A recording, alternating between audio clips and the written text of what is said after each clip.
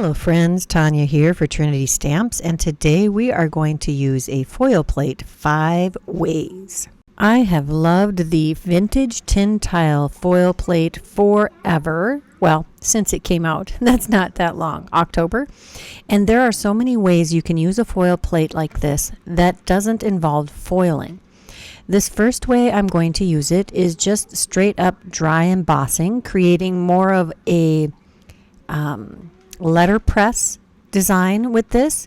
And I used the sandwich on the system here that is recommended to do embossing with your dies. And you could see the layers that we used.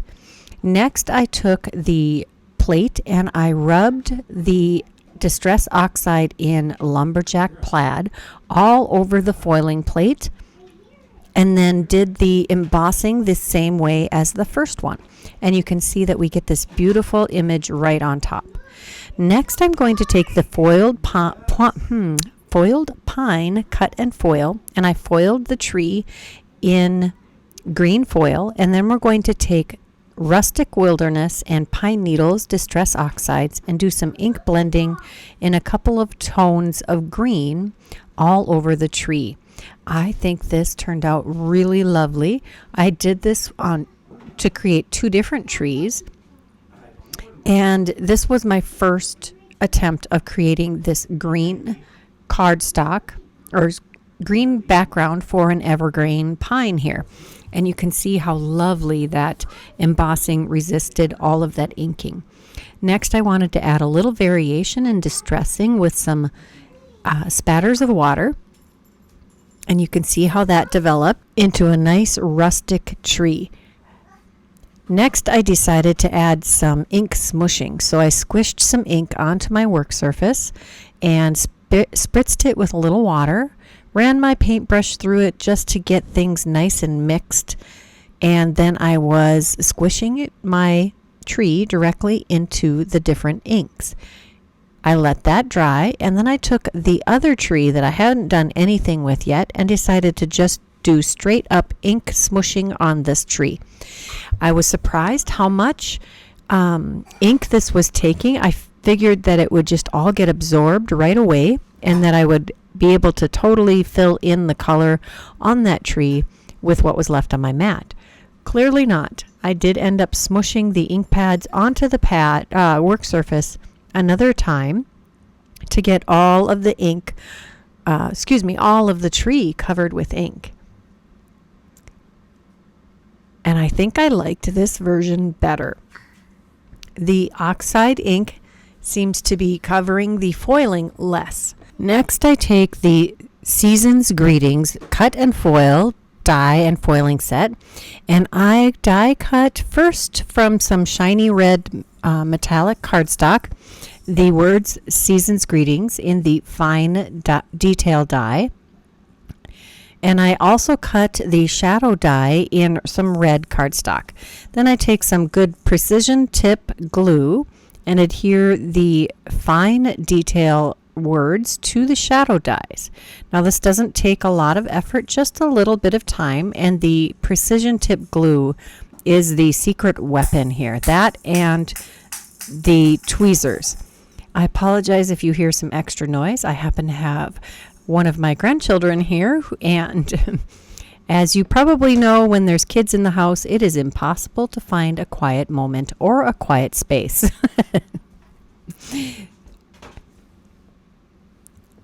We're going to add the little apostrophe here, and my pickup stick is a handy tool to accomplish that. And that's Seasons, and then we'll add our greetings. This actually goes pretty quickly.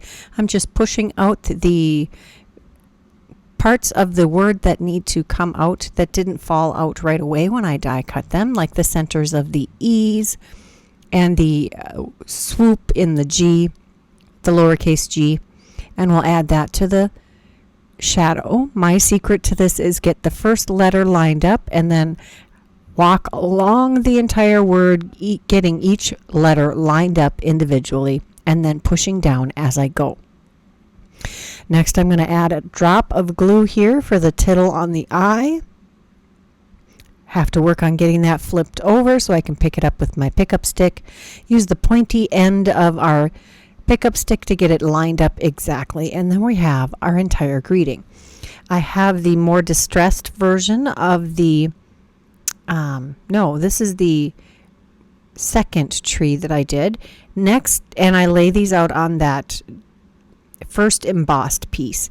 Next, I had foiled this with some sparkle red foil, and I'm going to die cut those with the shadow layer. So it's just one layer of cardstock. So if you want to do a flatter card, this would be the way to go. And I'm laying those over the tree. I do end up deciding to go with the more distressed look on this particular background. I take a 5x7, no, sorry, this is an A2 size card. So this is a 4 1/4 by 5.5 inch white card base. And I had trimmed down our embossed piece to 4 by 5 1/4 inches. I've got this tree that I have foiled and inked up and put an extra piece of cardstock on the back of that I had die cut with the same die. And we're going to line up our foiled Season's Greetings and lay that over the top of the tree. Just using my liquid glue to adhere those. You can use whatever your favorite liquid glue is. Trinity Stamps has a lovely glue called Crafty Gluefriend. Works fantastic, and it has a lovely precision tip. And you could use that also. I wanted to add some extra shimmer, and these gold star confetti stars are just stunning. They're a beautiful gold, and they have a holographic shine to them, and they're very flat, and there are so many in this little container. You will have stars for days, years, maybe even months at least. Depends on how many shaker cards you make with this. They work great in shakers too. I just wanted to add a little extra punch of shine on the front of this card. Next, for the inside of the card, we're going to use the Sparkle Seasons stamp set, and we're going to use a couple of the sentiments. I have them lined up in my MISTI here. This is going to say, "May your holidays sparkle and shine." I think that's perfect with all the shininess on the front of this card. Beautiful. Next, we're going to make a 5x7 card, and I took the Modern Embossed Edge A7 stack, and I die cut a piece of white cardstock to mat behind our embossed piece. And I'm taking some lunar paste in Bee Sting, and this is beautiful shimmery stuff. You can use this shimmery paste in a lot of ways, and my favorite way right now to use it is to use just a sponge dauber and apply it directly to your cardstock for a fast drying shimmery look. I'm just doing it around the edges because that's all that's going to show around the edges of our embossed and inked piece of cardstock.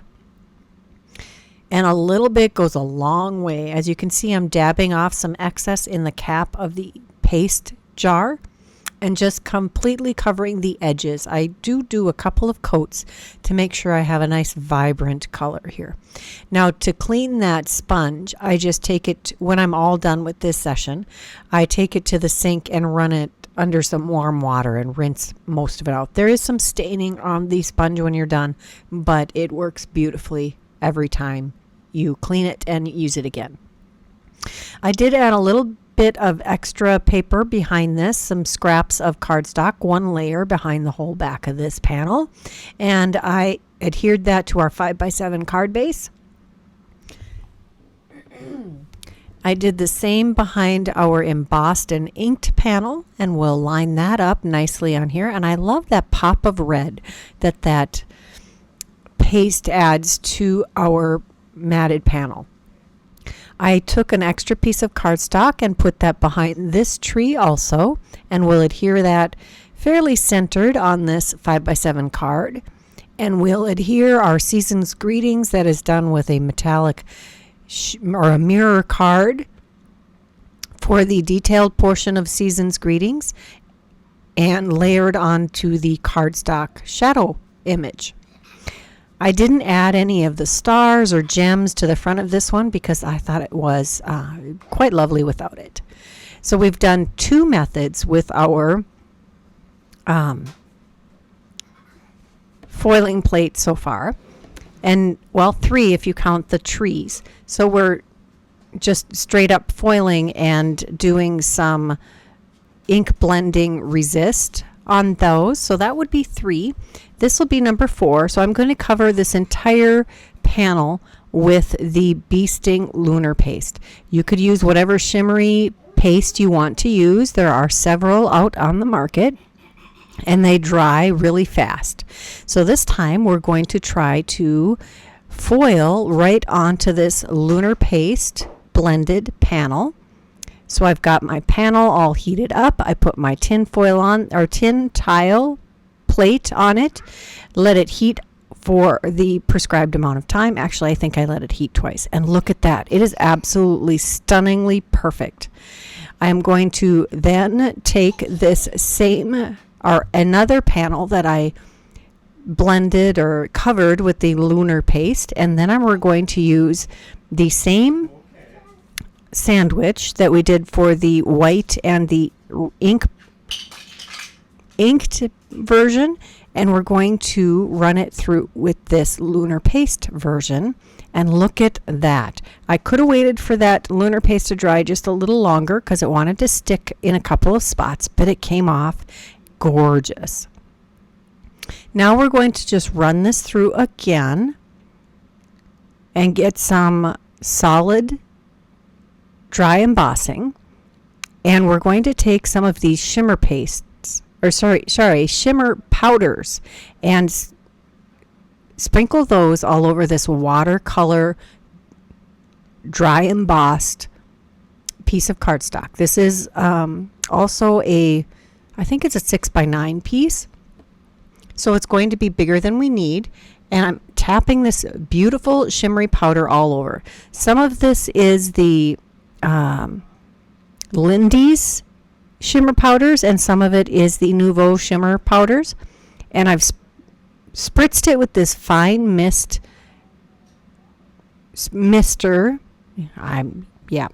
It wasn't designed for stamping. I think it's for spray tans.